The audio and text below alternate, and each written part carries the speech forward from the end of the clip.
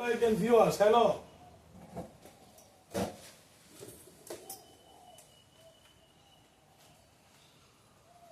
Hello viewers, Cassandra is here. Hello Cassandra, how are you today? Good?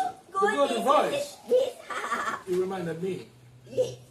Thank you for the reminder. Okay. What do you have for us today? I'm going to get that all in. Okay, I've got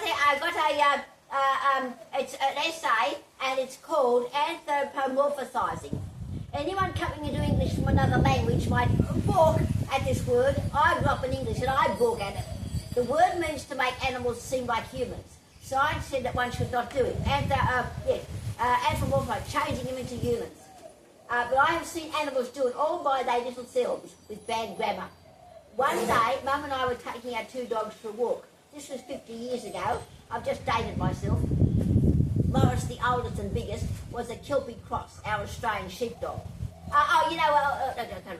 Phil was younger and smaller. She was a Fox Terrier Cross.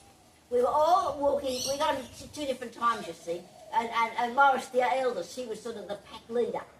We were all walking downhill. In the distance was a black object lying on the footpath. Both dogs could tell, even from 10 miles away, that the black object was a cat. And both Morris and Phil took off at a gallop towards it.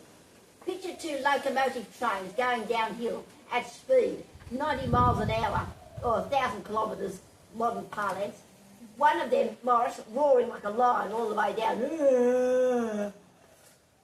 When they arrived at the spot, they stood on both sides of that cat, barking their heads off. The cat did not even look up, which enraged them even more. Their barking would have drowned out a jet engine. The cat's mother, the two-legged variety, stood nearby in the front yard, wearing a sun hat and pottering about, doing this and that. She looked over but did not say anything. Finally, Finally, the cat raised its head, gazed at Morris and Phil, and then put its head down again. Morris and Phil went berserk. The cat was taking a scrap of notice of them. At last, Morris, the oldest and wisest, realising that she looked like a proper idiot, walked over to a nearby tree and suddenly discovered the most interesting smell. It took a while, but even young Phil took the hint and joined Morris.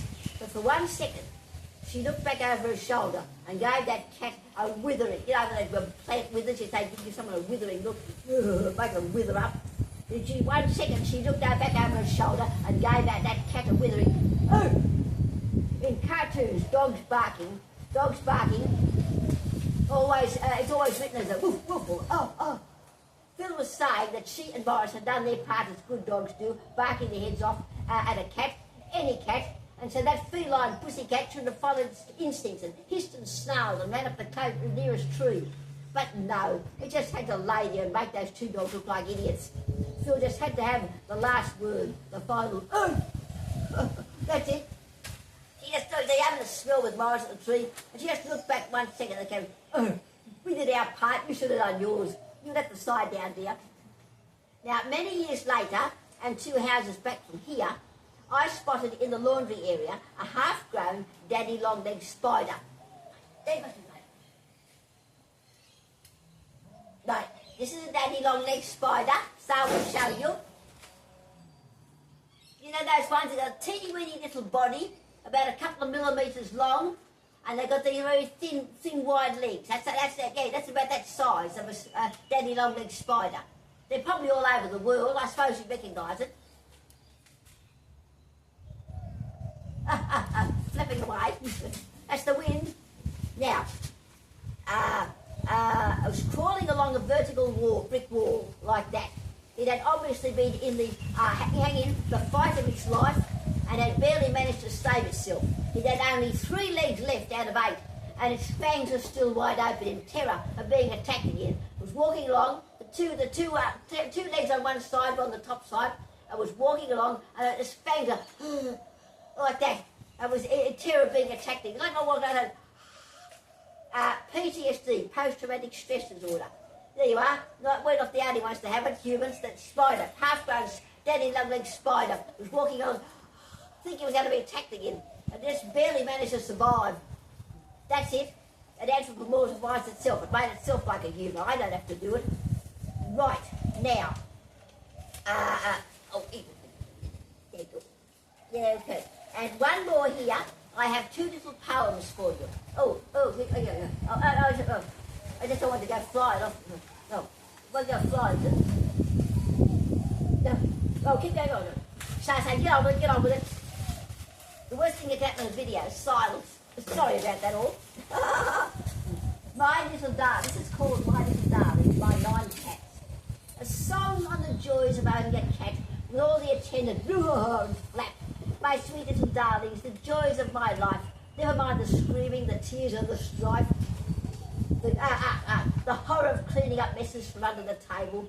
The groans and the shrieks as one finds out if one's able to bend and to stretch those 579-year-old legs down that far. Discovering muscles I never knew one had. Muscles unknown to science. Then the slow-mo return from under the table. Pulled back up again by that strong steel cable. A creaking parody of one's hitherto former self. I just explained hitherto former self. Explaining as I go. Right. They say in the Olympics, lawn bowls. You know lawn bowls on the grass? Lawn bowls, you discover muscles you never knew one had. They don't even have them in the Olympics. And I discover muscles they have in lawn bowls. Okay. Now this is my second poem. This is called A Nature Walk. Again. I was feeling a little down and depressed, so I betook myself for a walk through the woodlands where I saw an eagle and a hawk and bunny rabbits and a dove, so many creatures that I love. But instead of gazing skywards, I should have kept my eyes on the ground, because I suddenly and horrifiedly found that I'd wandered far from the beaten track. And thus the beaten track, you know, the path you're supposed to be on is called the beaten track. And thus there loomed a ginormous lack of earth beneath my feet as I precipitously suddenly greet a headlong tumble off a nearby cliff. My hitherto blissful cries of changing or terrified and my last conscious thought as the distance between me and the ground ever narrows is I should have read the sign, I should have followed the arrows. The end. Thank you. Okay. This Now, was short and sweet. I have very short. Yes. This was short and sweet. Yes, I have Thank you, Cassandra. Thank you, viewers. Follow us on the next. Goodbye. We have 2 more videos coming out. Follow us. Okay. Cassandra, the Golden Voice. Sarah Tommy is my name.